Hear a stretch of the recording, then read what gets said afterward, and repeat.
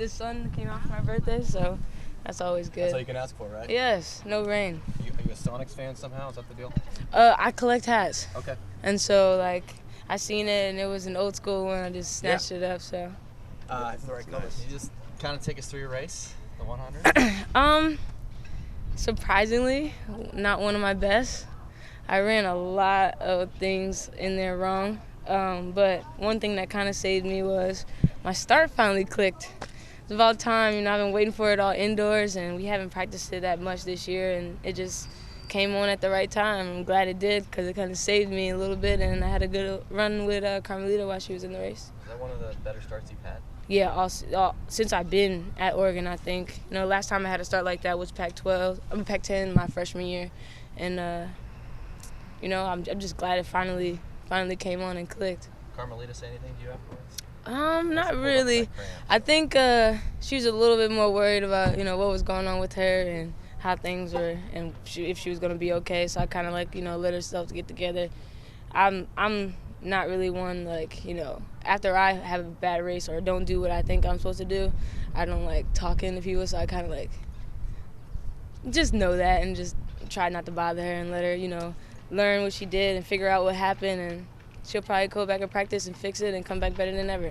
Had you ever run 11 flat, even in practice and a warm-up and anything before? I ran it here at Pac-12s last year, but it wasn't win legal. So it's glad to finally, now I can say I actually really did it and I can't take it away. So it feels good. So you ran it, but you said it wasn't your best race. Did that qualify as shocking the world for you? It seemed like it shocked a lot of people. I sat there and I thought about it on the plane, and I knew that that question was going to come up. And, I think it chipped at the ice a little bit. I come to the conclusion that I don't think I ever will. It's like something that just keeps me working that much harder. And so I think, I said it on my Twitter, we had some great accomplishments over there, and I ran a pretty good race, and I watched it and I analyzed it, and I definitely am excited for practice this week to go to the drawing boards, fix some things up so I can go try again. Do you understand the significance of it? I mean, has it hit you? Sometimes it takes a little bit for something like that to settle in. Has it settled in? It hit me a little bit when I seen FlowTrack's page, and I'm like, man, I really did that. I've been #1 time in the U.S. before, indoors for the 60, and so I've been at that rank, but never world leading. And so it definitely opened my eyes, gave me a little bit more confidence, because I definitely was lacking that a little bit this year, not knowing, where I was in the 100, and the first one I come out, I just blazed it like that. So it hasn't fully hit me. I'm not sure if it will. It probably take a little bit longer, and then I'm gonna sit at home probably this summer and be like, man, I really did that. So, at 12 o'clock for me, the race was kind of over, and I just stopped talking about it, stopped thinking about it, and now I'm just ready for more. And you know that you're just from my limited experience dealing with you, you're one of the perfectionist, and you say you didn't run a great race. Right. So what's your potential at this point? Do you think that there is something that's unattainable? There's so much more that I could do. There's so much I can fix, and only practice makes it perfect. And so I feel as though once I really do have, a race that everything clicks and I fix the things that I felt I didn't do right. And I was just down there just 2 minutes ago discussing and going through from 0 to 60, from 0 to 30 with my coach. So it's definitely a lot of things I can fix, which is really scary, because I still haven't even done speed work yet. So all of this is based off of just pure strength, heart. So I'm just excited to see what happens at the end of the year. What is it then? You get out of the blocks like you did, and you're way ahead of everyone else. Carmelita catches you, so what's the difference there? How is she able to catch you in that spot? Well, with the 100, there's a certain amount of steps, and you can only hold your speed for a certain amount of those steps. And so basically, for her to be able to catch me, she had to kind of spin her wheels a little bit early. And like my coach says, it's almost like a cup of water. Once you don't just slowly pour it, when you have to catch someone, you have to dump the whole cup out. And so basically, she spun her wheels to catch me, but, in the 100, like I said, it's only a certain amount of time that you can hold that top speed. And so once she did catch me, we kind of had that stagnant battle. And so at that point, it was just who's going to keep their posture, who's going to keep their positions and finish the race. You've obviously been in a lot of big races, trials here. What's it like getting in the blocks next to an Olympic silver medalist like that? I'm definitely going to say the experience that I had this weekend is much different than the experience I had at the trials.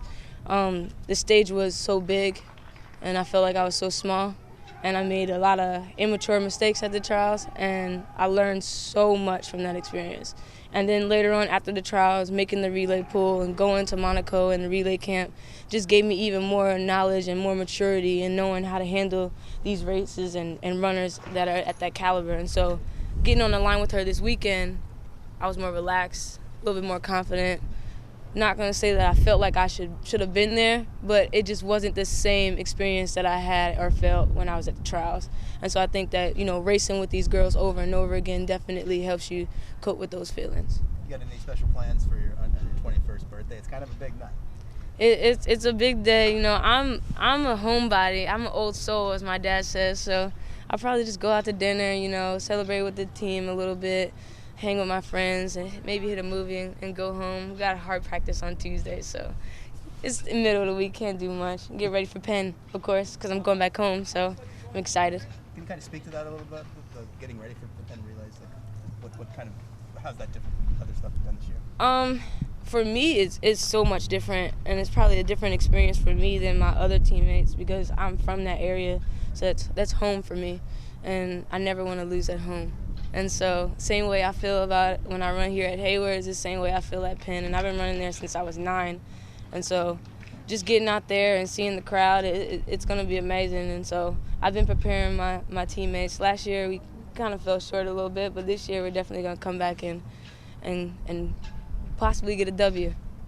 You know what you'll be running out there? Not sure. Coach Johnson, he never tells us until the day of. So I just prepare myself to run anything between the 1 and the 4. So. You're obviously really close with your dad. Very. Run back home, you talked about it, but in front of him, he's been out here a few times. Yeah. So he hasn't been out here that much this year. I kind of made him stay home a little bit. So hopefully, now I'll be able to see him. He'll be able to see me run, and it'll be a fun experience. I love when my dad's at the meets. He's like my best friend, so it's definitely going to be a great experience. When Jeter pulled up in your 100, what were you thinking? I was disappointed. I wanted to know if it would have happened. That's what's killing me the most. Like not knowing whether I would have came out with a gold or I would have came out with a 10-9 and a silver. Either way I would have been perfectly fine because I just came to that meet just to PR and see where I was at. And so it definitely was a little heartbreaking that she pulled up. I would have loved this. I'm a competitor and I love competition. And so for her to pull up, it's kind of breaks my heart a little bit. Maybe if she stride for stride with you, it's possible you could run even faster. Yeah, definitely. I definitely think that if she was all the way with me through the line, we definitely would have ran something faster than 11-0. Does that give you some confidence for some of the bigger meets later in the year? Definitely. I'm a mental case sometimes. And so I always second guess where I'm at in my season, especially if I haven't got especially if the line hasn't come out the cage yet, as I say. And so finally they let loose, and he ate. So I'm really excited, and I'm definitely ready for more. I want to run again and see where I'm at and see where it leads us this summer. That's a big number to put down in your opener. Yeah. Only gets better, though. Only gets better. And we'll work on some things, and hopefully everything will click, and I'll break 11. I'm praying. I told my coach I'm tired of seeing 11. How about your teammate Jenna getting in that race and showing well as well? The best, I think, moment of the meet, because she's been waiting around for 2 days to see if she's going to get inside the 100 period, and she was in the Olympic development heat originally. And so when we both went up to get our hip numbers, and she seen that she was in my heat, she looked like a deer in headlights. And I'm just like, look, you were me in my freshman year.